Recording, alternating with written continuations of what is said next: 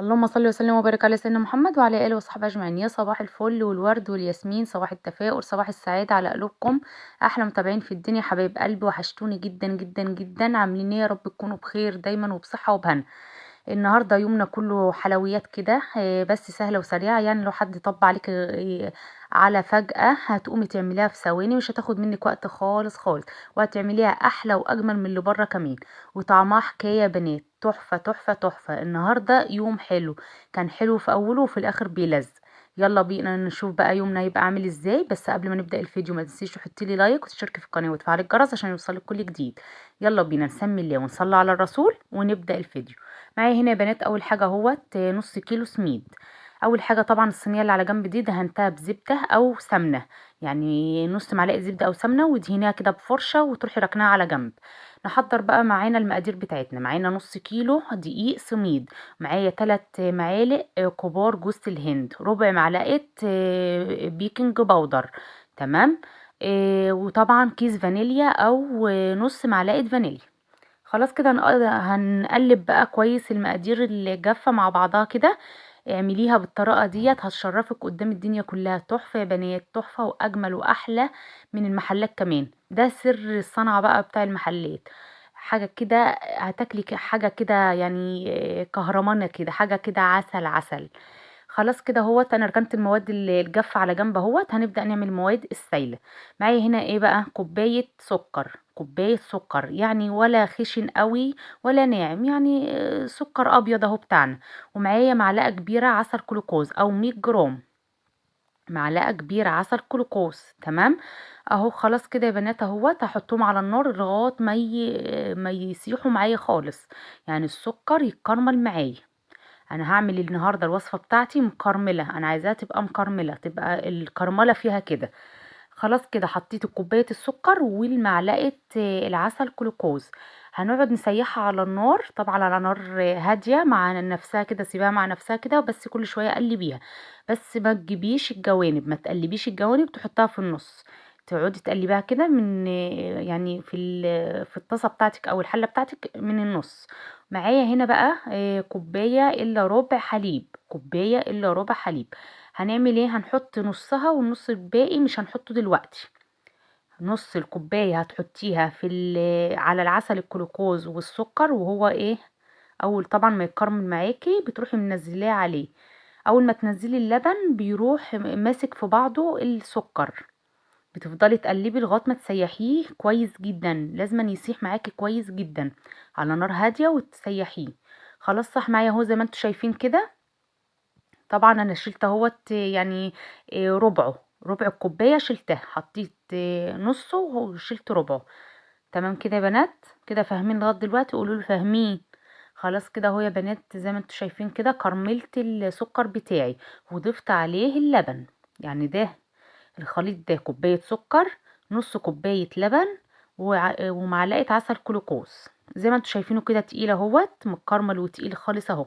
الربع كوباية اللي انا سبتها هحطها اضيفها بعد ما يعني يهدى دقيقتين كده ولا حاجة. طبعا عشان اسيحه اكتر، انا عايزاه يبقى سايب معايا اكتر، عشان مش هنحط مية خالص. تفضلي تقلبي بقى كده الخليط بتاعك كده لغاية ما يبقى سايح خالص معاكي زي ما انت شايفة كده. معايا الزبدة بتاعتي بقى برضو بنفس الكوباية اللي هتعايري بيها اللبن والسكر، عايري كوباية الزبدة. معايا نص كوباية زبدة او سمنة، نص كوباية زبدة او سمنة. طبعا مش شرط تسيحيها لان الخليط بيبقى سخن بتسيح معايا زي ما انتوا شايفين كده. تفضلي تقلبي لغاية ما تسيحيها تماما زي خلاص ما انت كده شايفة نزلنا كده. الزبدة بتاعتي او السمنة بتاعتي اللي تحبيه حطيه، بس يستحسن يعني زبدة، زبدة فرن، زبدة نيوزيلندي اللي تحطيه. خلاص كده سيحناها زي ما انت شايفة اهوت. ادي المقدار السائل بتاعنا، والمواد الجافة طبعا احنا راكنينها على جنب زي ما انتوا كنتوا شايفين. هننزل ده على ده بقى زي ما انت شايفة كده، ونقلب الهريسة بتاعتي. احلى هريسة مكرملة ممكن تاكليها، تحفة تحفة تحفة. ادي الخليط بتاعنا، مش هنحتاج تاني اي حاجة. هي الكوباية الا ربع لبن هي كفاية قوي مع السكر طبعا المكرمل مع الزبدة. كده المقادير زي الفل معانا. نزلت اهوت معايا الخليط السائل بتاعي زي ما انت شايفة كده. هنفضل نقلب بقى شوية حلوين كده لغاية ما يتقلب معايا. يعني الهريسة بتاعتي تبقى مرملة كده زي الرمل، يبقى عاملة زي الرمل المبلول زي ما انت شايفة كده. طبعا تابعيني لاخر الفيديو، هتلاقي كمان نوع جميل جدا جدا جدا من الكيك، هتدمنيه حاجة كده جميلة جدا بتدوب في البق كده. خلاص كده يا بنات اهو زي ما انتوا شايفين، انا بفضل اقلب من فوق لتحت لغايه ما يبقاش فيه خالص خليط بسبوسه لسه ما اتخلطش بالخليط السائل بتاعي. زي ما انت شايفه كده اهو كله اهوت وصل له الخليط السائل بتاعنا. هنجيب الصينيه اللي دهنينها بقى كده، الصينيه دي مقاسها 26، هتجيبيها وتروحي منزله عليها البسبوسه بتاعتك. طبعا البسبوسه ما ضفتش ميه خالص، ما ضفناش ميه خالص. زي ما انت شايفه كده ماسكه اهيت، لازم أن تكون ماسكه معاكي كده عشان تبقى مكرمله معاكي، احنا عايزينها مكرمله. هتشوفها في اخر الفيديو، رهيبه جميله جدا. خلاص كده يا بنات اهوت بتبداي تسوي بايدك بقى كده، تنزلي الخليط كله وتبداي تسوي بقى بايدك كده. طبعا ايدك تبقى ميزان شمال ويمين يعني، ولا حته طالعه ولا حته نازله. الحته اللي طالعه سويها بقى على زي الجنب التاني كله زي بعضه. خلاص كده يا بنات سويناها اهوت وبقت زي الفل معايا. طبعا الفرن سخن على درجه حراره 180 في الرف التحتاني خالص. بتحطيها اول ما تحس اللي هي كشت من الجناب كده، بتروحي مطلعها على الشوايه من فوق، تاخد وش وخلاص على كده. هتاخد بالظبط معاكي من ربع ساعه لتلت ساعه. تمام، مش هتاخد وقت كتير في الفرن بتاعك. خلاص كده يا بنات اهو زي ما انتوا شايفين كده، هندخلها الفرن بقى وبعدين نشوف هنعمل ايه مع بعض. معايا السيرم بتاعه او العسل بتاعه اهوت، حطيت كوبايه ونص سكر على كوبايه ونص ميه، والفانيليا ونص ليمونه، وخليتهم يغلوا. وطبعا غليوا معايا لغايه ما بقوا بالشكل ده، ولا هو خفيف ولا هو تقيل. سيرم او عسل الهريسه ما بيبقاش ولا تقيل ولا خفيف، بيبقى وسط. تمام، خلاص كده ركناه على جنب بقى لغايه ما البسبوسه بتاعتي تطلع من الفرن. هنعمل النوع التاني بقى على ما هي تطلع من الفرن كده. معايا احلى واطعم كيكه تركيه ممكن تعمليها وتاكليها في حياتك، هتدمنيها جميله جدا. معايا هنا 3 بيضات وحطيت عليهم الفانيليا بتاعتي، كيس الفانيليا او معلقه فانيليا صغيره لو عندك سايبه. هنفضل نقلبهم كويس جدا لغايه ما البيض بتاعي خلاص ما يبقاش لزج. معايا هنا كوبايه سكر، هنروح منزلينها ومسيحين السكر خالص، يعني هندوب السكر خالص لغايه ما يدوب معانا، تحسي اللي هو داب خالص معاكي. واللبن هتنزل كوباية لبن شوية بشوية لبن لغاية ما يعني قلبي كويس، طبعا بالمضرب الكهربي او بالمضرب اليدوي او بالخلاط. عايزة تحط الخليط ده كله في الخلاط بس بالتدريج زي ما انا بحط كده. حطينا هو نص كوباية اللبن، وخلينا حطينا عفوا كوباية الا ربع لبن، وخلينا ربع في الاخر خالص عشان نشوف القوام بتاع الكيك بتاعنا بيبقى عامل ازاي. الزيت معانا نص كوباية زيت، حطيناه بالتدريج شوية بشوية. خلاص كده المكونات السايلة ركناها على جنب، خلصت معايا. حطينا البيض تاني والفانيليا، وحطينا السكر، وحطينا الزيت، وحطينا اللبن. معايا هنا المكونات الجافة بقى. معايا الدقيق كوبايتين ونص دقيق. تمام، هتحط عليه سنة ملح، رشة ملح، وتروحي حاطة كيس باودر، بتحطي معلقه كبيره منه، ما تحطوش كله، معلقه كبيره منه. خلاص كده يا بنات اهو زي ما انتوا شايفين، بننزل بقى الخليط الجاف على الخليط السائل. يعني هننزل الدقيق كده، لازم الدقيق يكون منخول، لازم تنخلي الدقيق بتاعك عشان الكيك بتاعك يبقى هش وقطني وسفنجي وجميل. خلاص كده نزلنا اهو زي ما انت شايفه كده. طبعا بنزود بقى شويه اللبن اللي كنا منقصينهم اهوت على حسب الكيك بتاعنا. انا عايزه الكيك بتاعي تقيل، مش عايزاه سايب قوي. هما ياخدوا كوبايه اللبن، هو الكيك بتاعي هياخده زي ما انتوا شايفين اهوت. حطيت اهوت بقيه الكميه، وهقلب الدقيق خالص لغايه ما يدوب خالص يختفي تماما.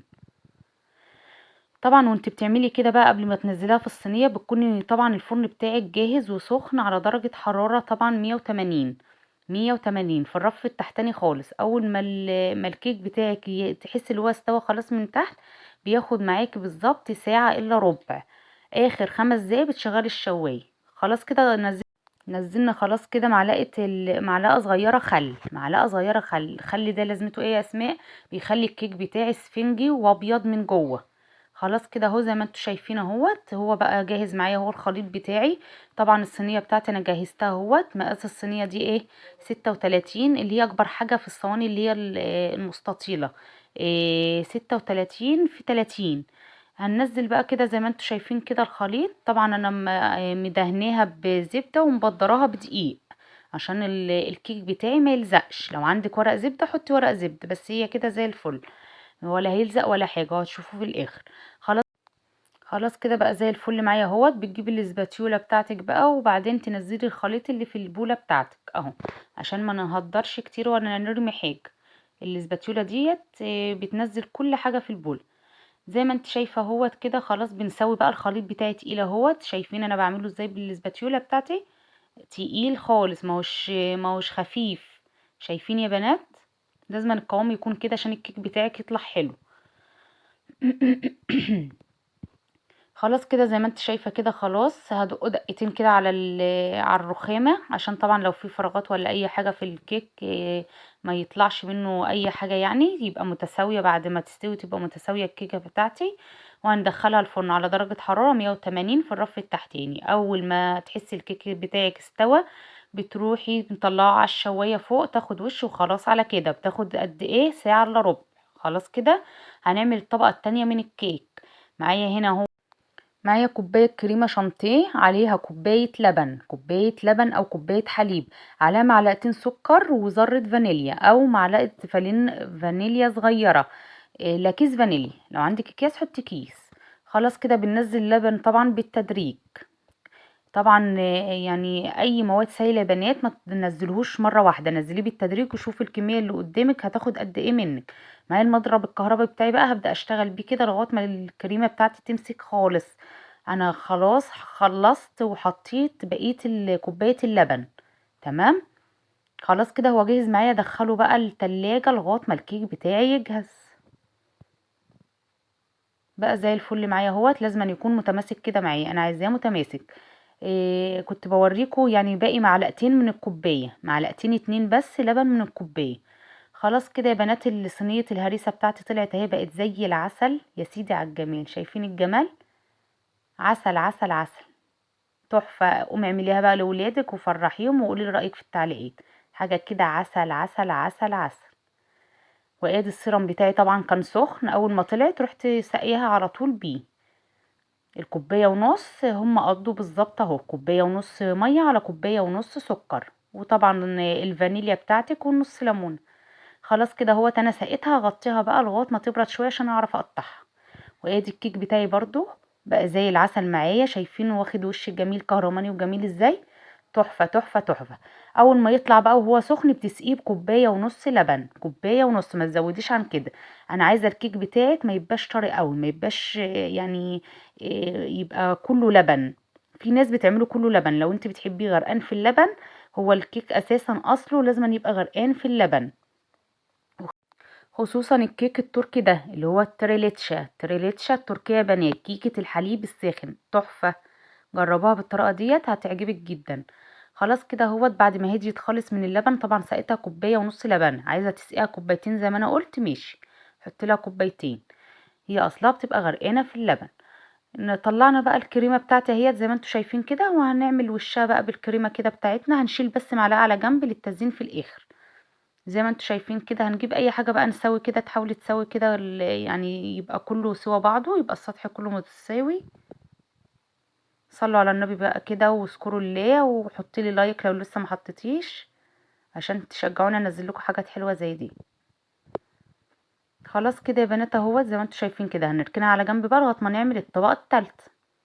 كلها سهلة وسريعة، متاخدش وقت خالص زي ما انتوا شايفينها كده.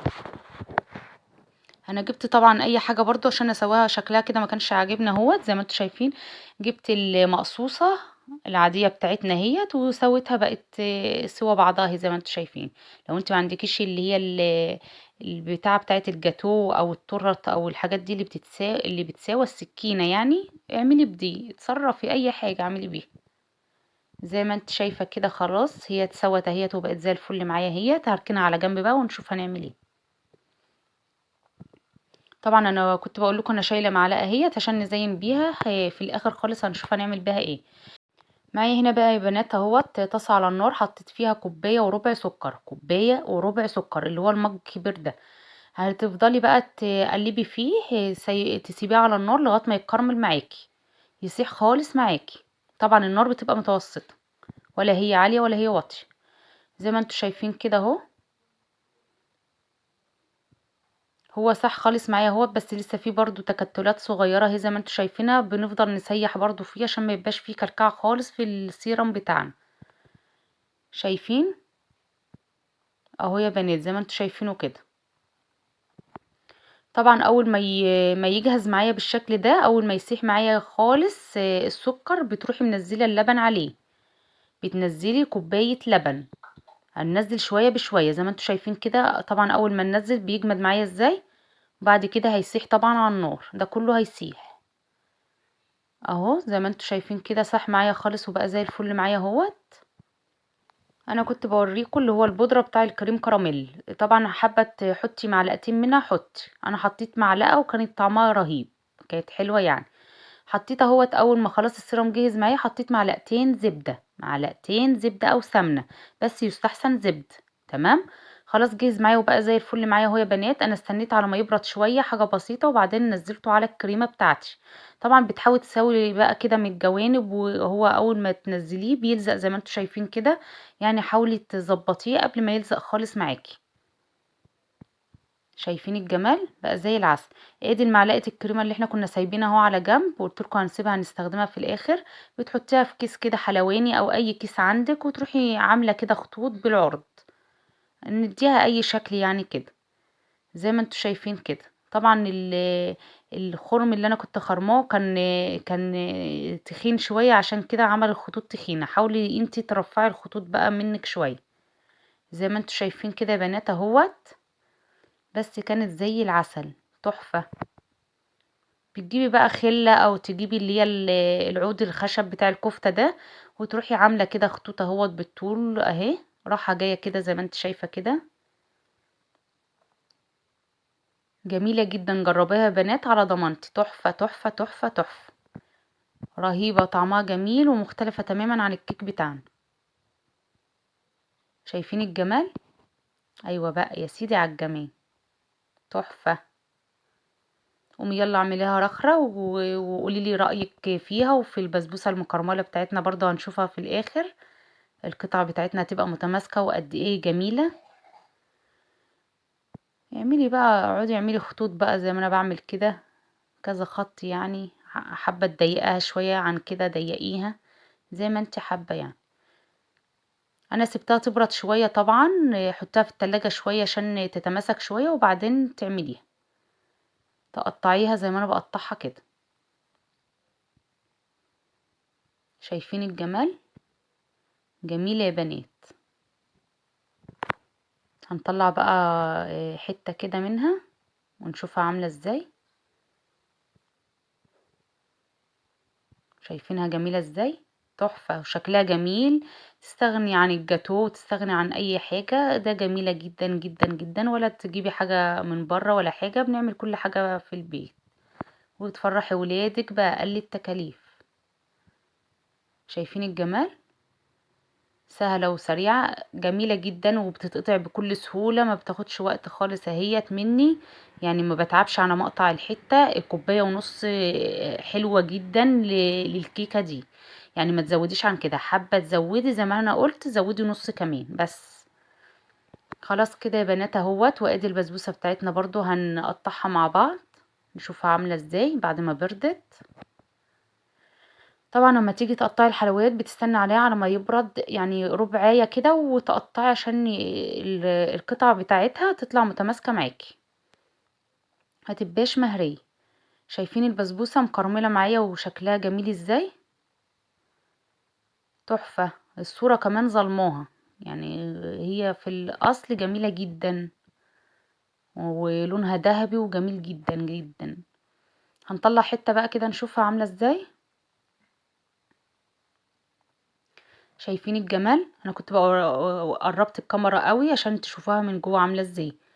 مكرمله معايا وزي جدا العسل جدا جدا. قومي اعمليها جميله، عسل احلى ما تشتريها من المحل الحلواني. تحفه تحفه دايبه دوب تحفه. شايفين دايبه ازاي يا بنات؟ جميله جدا جدا جدا. ادي الفيديو بتاعنا بتاع النهارده، يا رب يكون عجبكم البسبوسه المكرمله الجميله ديت. وطبعا الكيك التركيه الجميله التريليتشا تحفه يا بنات، جربوها بالطريقه دي هتعجبك جدا جدا جدا. شايفين البسبوسه كمان انا بشيلها سهله خالص ازاي، وبحطها برضو كنت بوريها لكم اللي بتتشال وبتتحط بسهوله، متماسكه ودايبه في نفس الوقت، تحفه لذيذه جدا. وادي الكيك بتاعنا الرهيب ده. لو عجبك الفيديو بقى ما تنسيش تحطي لايك وتشتركي في القناه وتفعلي الجرس عشان يوصلك كل جديد. اشوفكم في فيديو جديد في حفظ الرحمن. بحبكم في الله، مع السلامه.